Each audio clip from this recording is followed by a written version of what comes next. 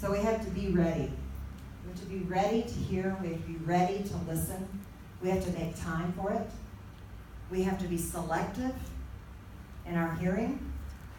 Choose to hear the voice of the Lord and not all those other voices that tell us to be discouraged, to tell us we're the only one. We have to be selective. Listen to the voice of the Lord. Choose to believe Him and not the other voices around you. We have to be still. We have to get quiet. That doesn't literally necessarily mean that we have to sit down in a chair and turn everything off and close everything and close our eyes and listen and be still. It means to be still in your spirit. It means to be still in your mind. To let go of all those thoughts and all the distractions and all the busyness within you so that you can hear God. So that when He whispers, you're attentive and you can listen. In Psalm 46:10, it says, let be and be still. That's the Amplified. I like that. Let be and be still. And know, recognize, and understand that I am God. I will be exalted among the nations. I will be exalted in the earth. We need to be still. To find that place of stillness, whatever that looks like for you, so that you can hear the whisper of God. We have to pay attention. We have to want to. So what does it take to listen? And I'm about to wrap up here, so bear with me. It takes time. It really does. It takes time to listen. We live such busy lives, and we fill up our lives with so much. And there's always another thing to do. There's always another child that needs something. There's always another phone call. There's always more ministry to do. There's always so much more. And we can't get it all done. So we have to have our priorities straight. There will always be more. There's always another dirty dish. There's always plenty to do. But if we don't give God first place, we don't spend time, then how can we ever expect to listen? It takes time. I shared recently when we were in the UK about pulling yourself away and spending that time in prayer to take it into a deeper, intimate place. And I remember years ago, the very first time that I committed to pray all night. Many of you done that? Not a prayer meeting where there's teaching and then there's some music and then there's some prayer, but nothing but prayer all night long. Has anybody ever done that? Yeah. It's powerful. It's an incredibly powerful time. I recommend it. The first time I did that, I went with a girlfriend. We went up to the church and we began to pray. And we committed to pray all night.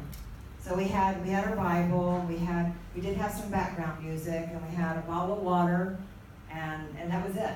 That's all we had. And we were going to pray all night. So we both started praying. It was so intense and so beautiful, and we're agreeing with one another, and we go through our lists, that we all have.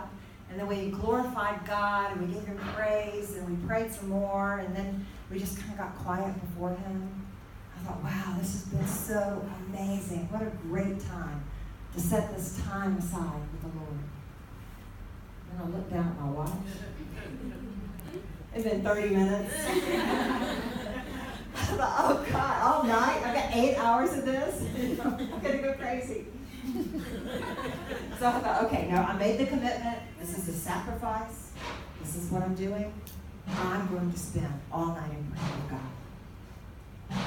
So I just got into it again. I laid down on the floor and I went into prayer. It was a glorious time. I felt His presence. I have to tell you, it was more powerful than I can imagine. It was an intense moment just to give Him that place. I purposely went away from my house so that I wouldn't have those distractions. Because even when I go into the place where I pray and sit in my comfy chair, there's distractions. So I purposely went outside up to the church building. And maybe you don't have that capability, but try and find a place that is as free as possible of the accoutrements of life. Maybe it's a closet. And get before the Lord. So I went into that deep time again with my friend. Seemed like hours. I'm thinking of the disciples when they went out to pray with Jesus. You remember they fell asleep? Oh, yeah. It's hard to stay awake that long in the middle of the night praying. It is. It's a sacrifice. And again, I looked down at my watch thinking it had been, at least 3 hours. Now we're up to like an hour and a half. I'm really cooking now. But I have to tell you, I stuck with it. And I did the whole 8 hours because I made a commitment to it. And what happened in those wee hours of the morning, just before dawn, I can't describe to you in any other way except that I felt like I touched heaven. I felt like there was a reward from God at that moment where I understood the disciples saying, let's just build 3 tabernacles and stay here. At that point, I could have stayed for another 12 hours, easily. Because I was in the presence of the Lord. And it was powerful. And at that moment, I heard every whisper. I felt him intently. I felt saturated in his love. His presence was amazing. And that was the reward, because I set aside time. And what he does for me, he'll do for you if you give him time. Maybe you can't give 8 hours, but can you give him 30 minutes? Can you give him 1 hour? Can you not pray for 1 hour without falling asleep? It's not so much to ask. And the reward is out of this world. Must be intentional. Quiet your soul and open your heart. Give him time. What it takes to listen, it takes focus. You have to tune in. If you just sit there with your eyes closed and get quiet, chances are you'll either be asleep or you'll have a complete grocery list by the time you open your eyes. You have to learn to tune in. You have to learn to be attentive. You have to learn to focus. Now, I don't know what works for you. There's different ways to do this. One of the things that I do to help me in that place is I picture the throne of God. And I just visualize myself bowing before him, usually on my face, because I think that's where I'll be when I face him. On my face before his throne. And I picture what he looks like, because it tells us in Scripture. And I go before him and picture that. It helps me focus. It helps me set aside everything else. Whatever it takes for you, whatever you need to do to get focused and put aside everything else, do it. There's sometimes when I'm getting ready to pray and, everything comes crowding in.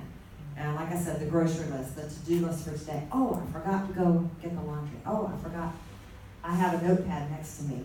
And when I think of those things, I immediately write it down. Then it's out of my brain and on paper.